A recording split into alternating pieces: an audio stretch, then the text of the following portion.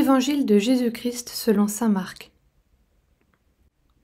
En ce temps-là, Jésus se mit à parler en paraboles aux chefs des prêtres, aux scribes et aux anciens. Un homme planta une vigne, il l'entoura d'une clôture, y creusa un pressoir et y bâtit une tour de garde. Puis il loua cette vigne à des vignerons et partit en voyage. Le moment venu, il envoya un serviteur auprès des vignerons pour se faire remettre par eux ce qui lui revenait des fruits de la vigne.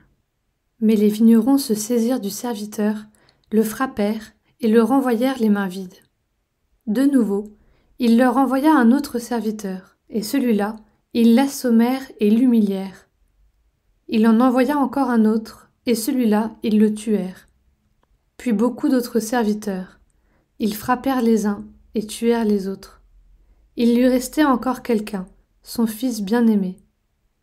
Il l'envoya vers eux en dernier, en se disant « Ils respecteront mon fils. » Mais ces vignerons-là se dirent entre eux « Voici l'héritier, allons-y, tuons-le, et l'héritage va être à nous. » Ils se saisirent de lui, le tuèrent, et le jetèrent hors de la vigne. Que fera le maître de la vigne?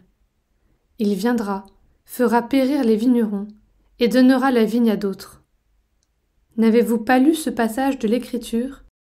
La pierre qu'ont rejetée les bâtisseurs est devenue la pierre d'angle. C'est là l'œuvre du Seigneur, la merveille devant nos yeux. Les chefs du peuple cherchaient à arrêter Jésus, mais ils eurent peur de la foule. Ils avaient bien compris en effet qu'il avait dit la parabole à leur intention. Ils le laissèrent donc et s'en allèrent.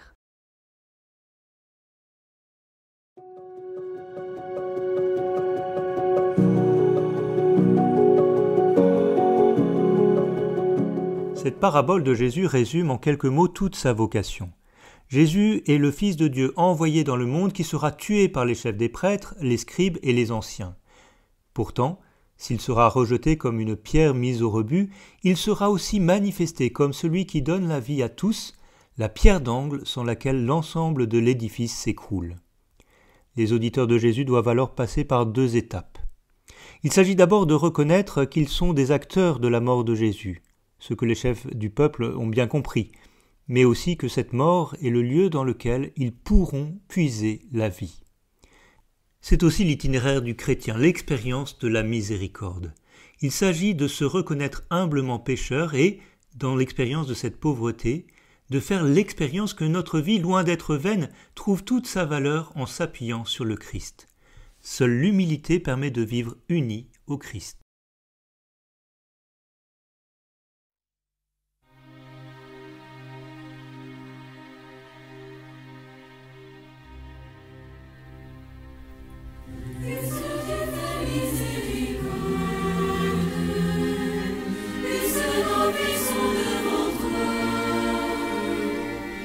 Puisque tu as versé ton sang pour nous, Seigneur Jésus, pardonne-nous.